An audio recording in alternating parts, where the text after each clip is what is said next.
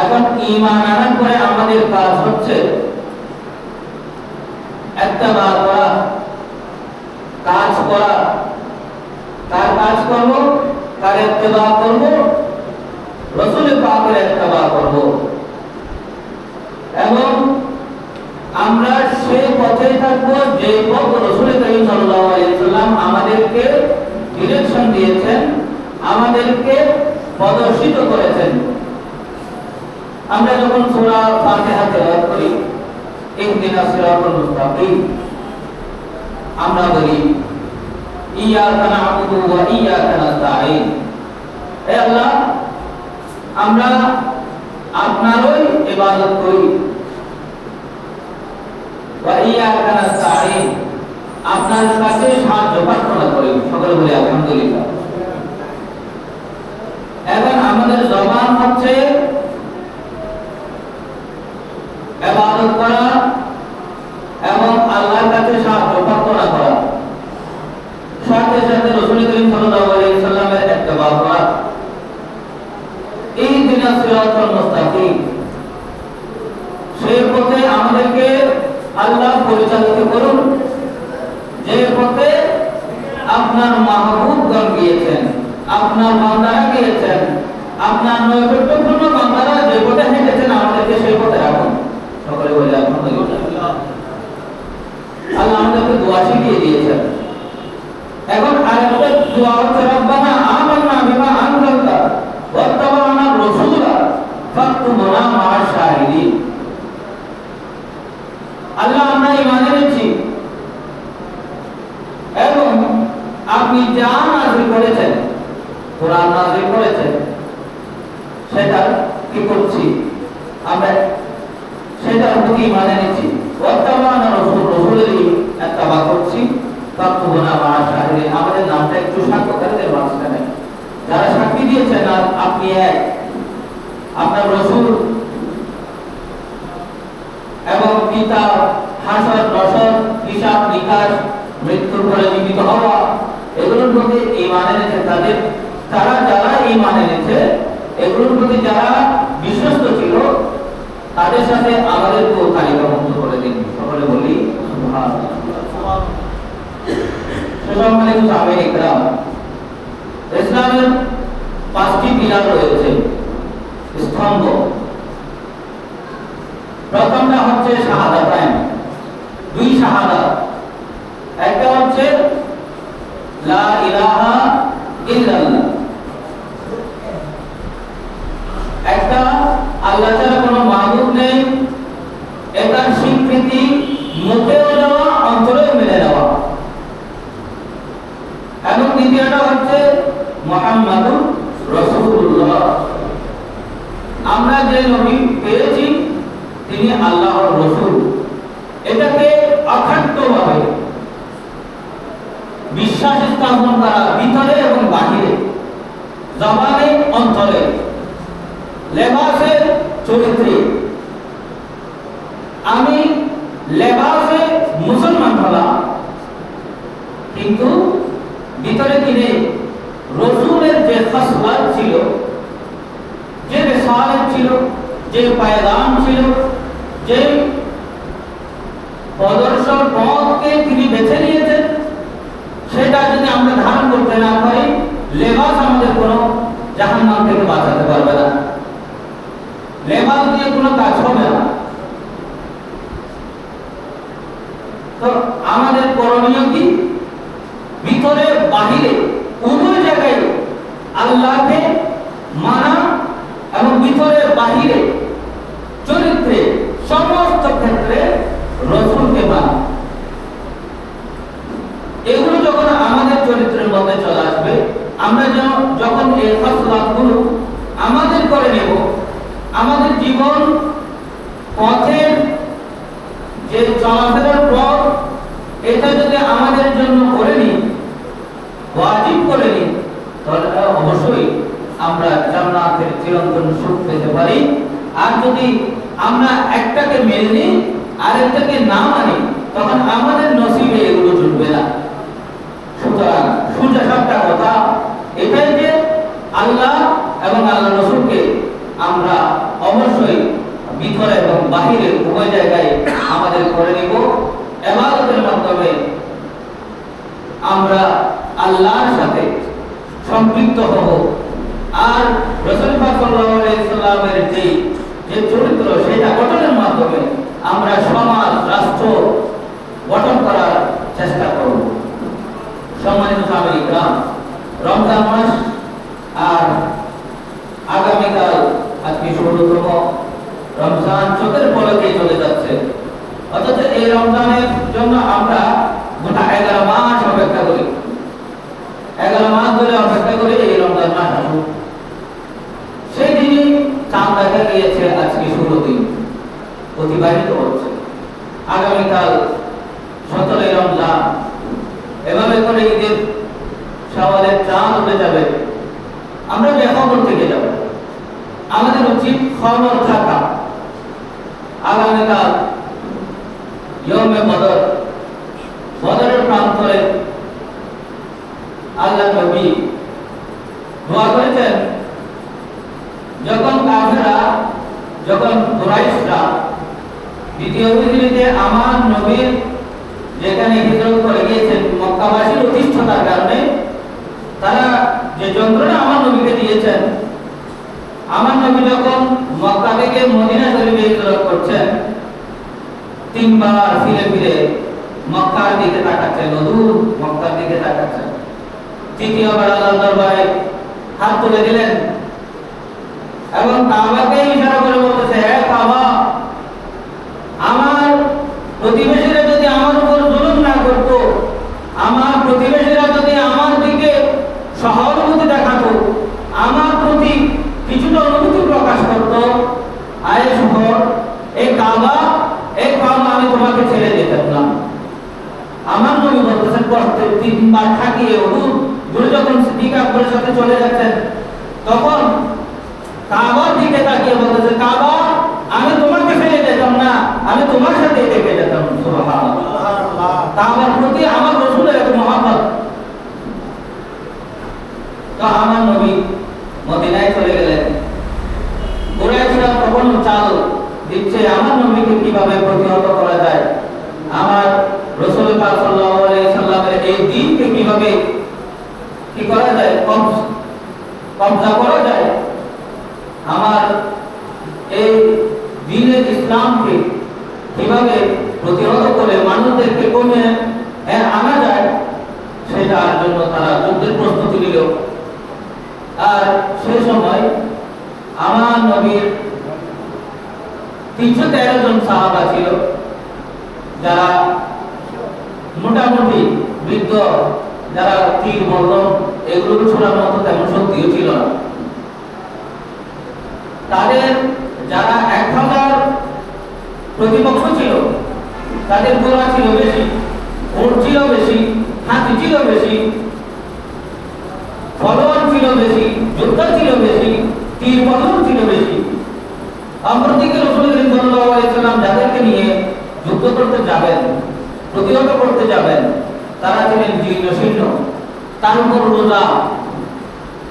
রোজা থেকেছেন। আর এক তো জীর্ণ শীর্ণ, বল কম, দ্বিতীয়ত হচ্ছে তারা রোজা রেখেছেন। এই অবস্থায় তাদের সাথে যুদ্ধ করতে যাবেন। আল্লাহ দরবারে রাসূল পাক সাল্লাল্লাহু আলাইহি সাল্লাম হাত তুলে দিয়েছেন। রাসূল পাক সাল্লাল্লাহু আলাইহি সাল্লাম হাত তুলে দিয়ে আল্লাহর দরবারে ফরিয়াদ করছে, রব্বে কায়নাত, আপনি ওয়াদা করেছেন আমাকে এই সমস্ত মানুষের মধ্যে বিজয়ী করবেন। আমি জানি আপনার ওয়াদা হক। রব্বে কায়নাত, এখন সময় হয়েছে, আপনি আমাকে ওদের উপর বিজয় করে দেন। সবাই বলে সুবহানাল্লাহ। আল্লাহ নবী দোয়া করছেন। ওই মুহূর্তে আল্লাহ নবী দোয়া শেষ করে যখন দোয়া করতেছেন, তখন আল্লাহ নবীর কি ছিলেন, রাসূল পাক সাল্লাল্লাহু আলাইহি সাল্লামের কাঁধে একটা এরকম শাল ছিলেন, চাদর ছিলেন। তিনি যখন দোয়া করতেছেন হাত তুলে, এমন ভাবে দোয়া করতেছেন, দোয়ার যে হাত তোলার কারণে পিঠে যে চাদর ছিল, ওই চাদরটা আল্লাহর নবীর কাঁধ মুবারক থেকে নিচে পড়ে যাচ্ছিল। সিদ্দিক আকবর এসে বলেন, ইয়া রাসূলুল্লাহ, ইয়া হাবিবাল্লাহ, চাদরটা ধরে আবার খুলে দিয়েছেন। ইয়া রাসূলুল্লাহ, ইয়া হাবিবাল্লাহ, হয়েছে, অনেক হয়েছে, এইটুকুই যথেষ্ট। সকলে বলে সুবহানাল্লাহ। এরপরে রাসূল পাক সাল্লাল্লাহু আলাইহি ওয়াসাল্লাম 1000 সৈন্য, 2000 চোখ, 1000 এত মানুষের তো 200 হয়ে 2000 চোখ। আমার নবী কি করলেন? সেখান থেকে বালু নিলেন, বালু তুললেন। আমার রমায়তা কিন্তু রমায়তা ওয়ালাকিন্নাল্লাহ রামা, এটা পড়ে আমার নবী কাফেরদের দিকে এক মুষ্টি বালু নিক্ষেপ করেছেন।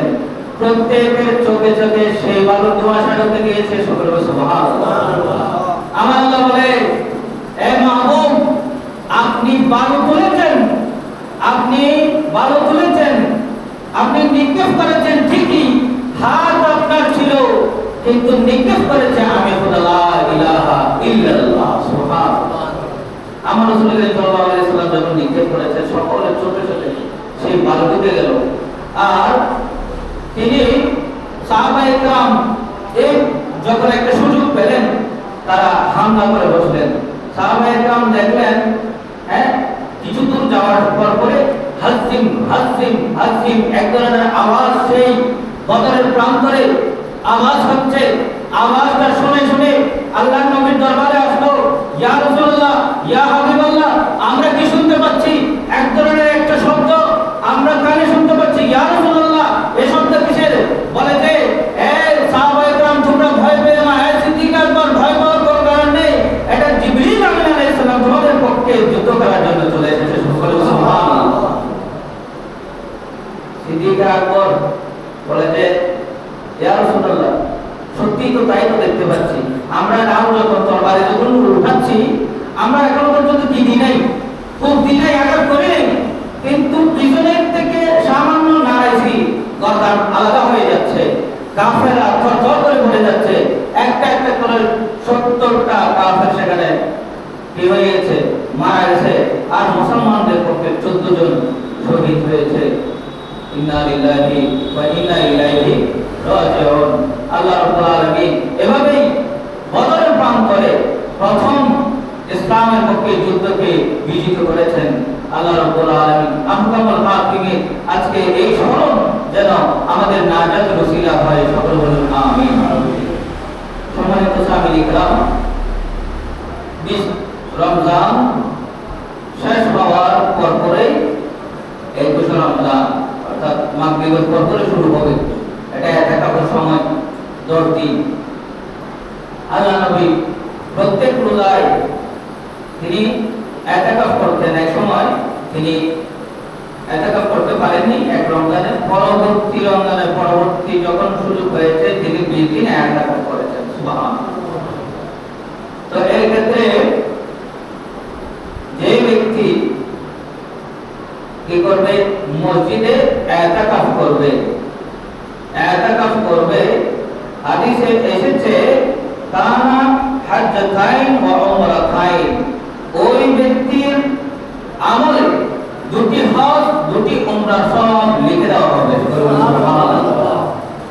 এবং হযরত আব্দুল্লাহ ইবনে আব্বাস রাদিয়াল্লাহু তাআলা আনহু থেকে হাদিস এসেছে যে বাইনাহু ওয়া বাইনান নার সালাসা খানাদিক আবাদা মা বাইনা খাফাতাইন, অর্থাৎ কেউ যদি একদিন সমস্ত কিছু থেকে, দুনিয়ার সমস্ত লেনদেন, ঘর বাড়ি, স্বামী স্ত্রী, যে সম্পর্ক ছিন্ন করে আল্লাহর দিকে অগ্রসর হয় এবং এই সমস্ত গুনাহ থেকে নিজেকে বাঁচিয়ে রেখে মসজিদ কিংবা ইবাদত করে আল্লাহর দিকে, আল্লাহর ঘরে অবস্থান করে ইবাদতের মাধ্যমে কাটায়, হাদিস শরীফে এসেছে আল্লাহ জাহান্নামকে, সেই ব্যক্তি থেকে জাহান্নামকে 3 খন্ড দূরে ফেলে দিবেন। সকলে বলে সুবহানাল্লাহ।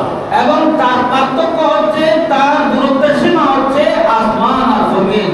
তাহলে আসমান আর জমিনের যে দূরত্ব, এটা যদি 3 গুণ দেওয়া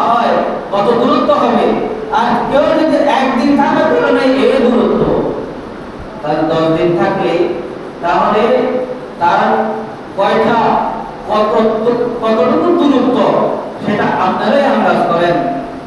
জাহান্নাম তার থেকে দূরে চলে যাবে, আল্লাহ দূরে করে দেবেন তার থেকে, এটা আমার বান্দা, এটা থেকে তুমি জাহান্নাম দূরে থাকো। তাহলে যারা ইতিকাফ করবে তাদের সম্মান বৃদ্ধি হবে এবং তারা দুটি হজ দুটি উমরার সব লাভ করবে, সাথে সাথে জাহান্নাম তাদের থেকে পালাবে। সকলে বলে সুবহানাল্লাহ। তো যারা ইতিকাফ করবে জামে মসজিদে ইতিকাফ করতে হবে, যেখানে জুমা হয়। এখানে কিছু মাসাইলের বিষয় আছে, যারা ইতিকাফ করেন অনেকেই জানেন, আবার অনেককে স্মরণ করিয়ে দেওয়া উচিত। 20 তারিখ যেদিন 20 রমজান, ওই দিন আসরের পর আপনি মাগরিবের আগে ঢুকে যেতে হবে।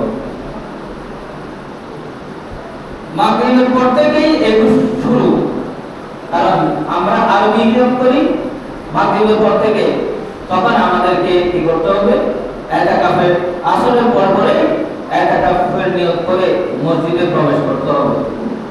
এবং যখন চাঁদ দেখা যাবে, শাওয়ালের চাঁদ দেখা যাবে, তখনই বের হবে, এর আগে বের হতে পারবে। আর হচ্ছে দ্বিতীয় কথা, প্রাকৃতিক প্রয়োজনে বের হতে পারবে, অন্যথা বের হতে পারবে না। প্রাকৃতিক প্রয়োজন, গোসল, বস্ত্র পায়খানা, এই জাতীয় কাজে বের হবে। তবে মানে এক কাজের জন্য একবার গেলাম, আরেক কাজের জন্য আরেকবার গেলাম, আরেক কাজের জন্য আবার গেলাম আসলাম, এটা তো এরকম হবে না, এটা জায়েজ নেই। আপনি যখন গোসল করবেন তখন আপনি একটা নিয়ত করে বের হবেন যে আমি ওযু করার জন্য বা গোসল করার জন্য বের হচ্ছি। এই ফাঁকে আপনি গোসল করবেন, হাত ছাড়বেন, কাপড় শুকাতে দিবেন, কিংবা আপনার প্রয়োজনীয় যা কাজ আছে ওই মুহূর্তের মধ্যে সামনে দ্রুত চলে আসতে হবে, দেরি করা যাবে না। আপনার ওই সময়ের মধ্যেই শেষ করে চলে আসতে হবে।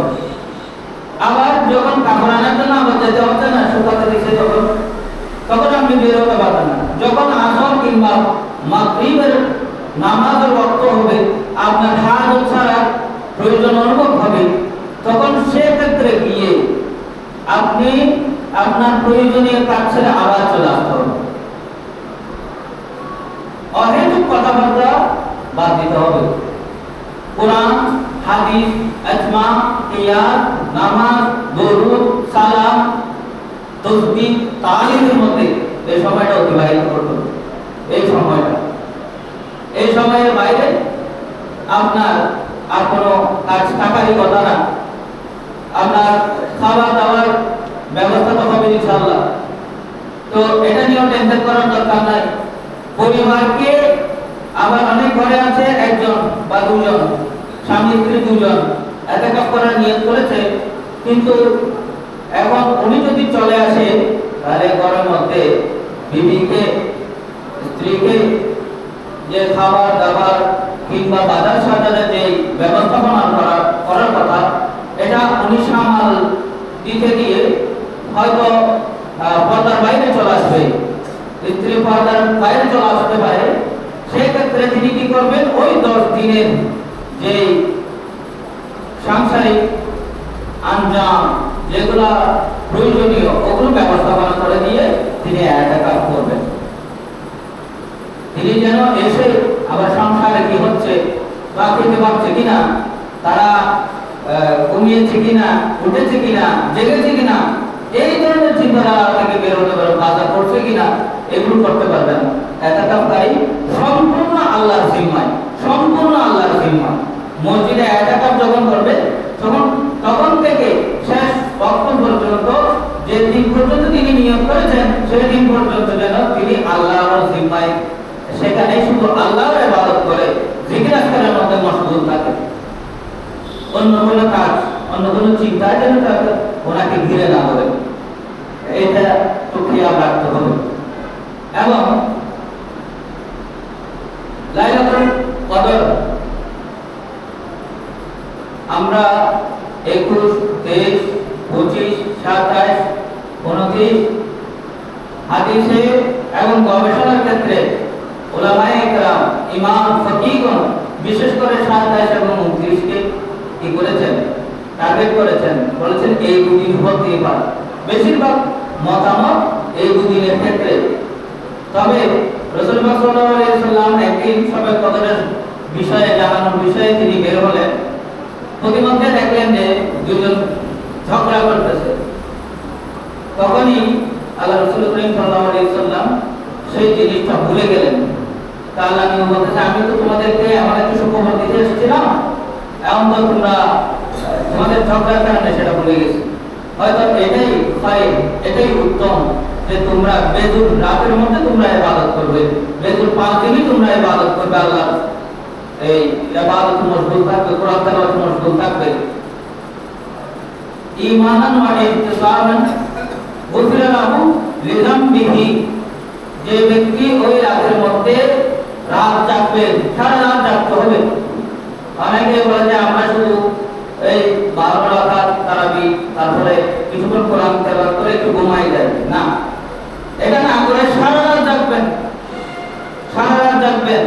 যেদিন আপনার লাইলাতুল কদর আসবে সেদিন আপনার শরীরে কোনো ক্লান্তি আসবে না, সেদিন আপনার ইবাদতে কোনো ক্লান্তি আসবে না, আপনার আরো ভালো লাগবে, ইবাদত করতে আরো ভালো লাগবে, কোরআন পড়তে আরো ভালো লাগবে।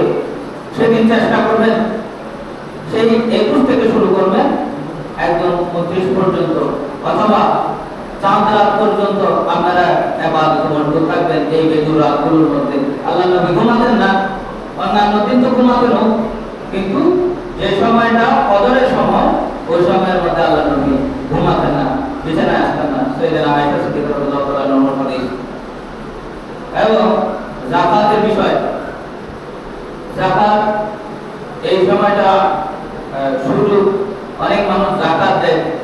তো যাকাতের ক্ষেত্রে আপনারা নিকট আত্মীয়গুলোকে আগে দেখবেন, তাদেরকে যাকাত দিবেন, ফিতরা দিবেন। কারণ এগুলো আপনার সম্পদের সাথে সম্পৃক্ত থাকা মানে আপনার সম্পদকে ধ্বংস করে দেওয়া, আপনার সম্পদ ধ্বংস হয়ে যাবে।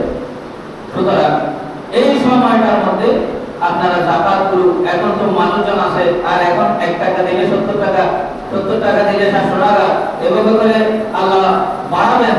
সদকা, আপনার যাকাত, আপনি ফিতরা দিতেই থাকবেন। এর বিনিময়ে আল্লাহ রাব্বুল আলামিন আপনাকে আপনার মাকে পবিত্র করবেন। এগুলো থেকে আপনাকে বাঁচিয়ে রাখবেন, গুনাহ থেকে বাঁচিয়ে রাখবেন, হারাম থেকে বাঁচিয়ে রাখবেন। তো আপনারা চেষ্টা করবেন এই সময়টাতে যেন আপনারা সকলে মিলে সুন্দরভাবে, যারা আমাদের গরিব শ্রেণীর মানুষ আছে, যারা যাকাতের উপযুক্ত, তাদেরকে যাকাত দিবেন, মিসকিনদেরকে যাকাত দিতে পারবেন। হিন্দুদেরকেও বা ভিন্ন ধর্মাবলম্বী যারা আছে তাদেরকেও দিতে পারবেন। তবে আপনার নিয়ত থাকতে হবে এই যাকাত দেওয়া মানে হচ্ছে তার অন্তরকে ইসলামের প্রতি আকর্ষণ করা। সে ইসলামের প্রতি কিছুটা যদি আগ্রহ প্রকাশ করে তাহলে আপনি দিবেন, দিয়ে বুঝাবেন যে আমাদের ইসলামে এটাও আছে, এই সৌন্দর্যটাও আছে। যারা করি তাদেরকে কিছু দান করা, তাদেরকে কিছু দেওয়া, এটা আমাদের, এটা যাকাত দেওয়া আবার ফরজ, বোঝাতে হবে এটা আল্লাহর বিধান। আল্লাহর যে মানুষের কথা চিন্তা করে, মিসকিনদের কথা চিন্তা করে, ইয়তীমদের কথা চিন্তা করে, কত শিশুদের কথা চিন্তা করে, বিধর্মীদের কথা চিন্তা করে, সেই আল্লাহর দ্বীনের প্রতি তারা আসবে না? অবশ্যই আসবে। তো সম্মানিত সাহাবায়ে কেরাম, তাদের প্রতি আপনারা সমবেত হবেন, তাদেরকেও দিতে পারবেন। এবং যাকাতের ক্ষেত্রে মা বাবাকে যাকাত দেওয়া যাবে না, মা বাবাকে যাকাত দেওয়া যাবে না।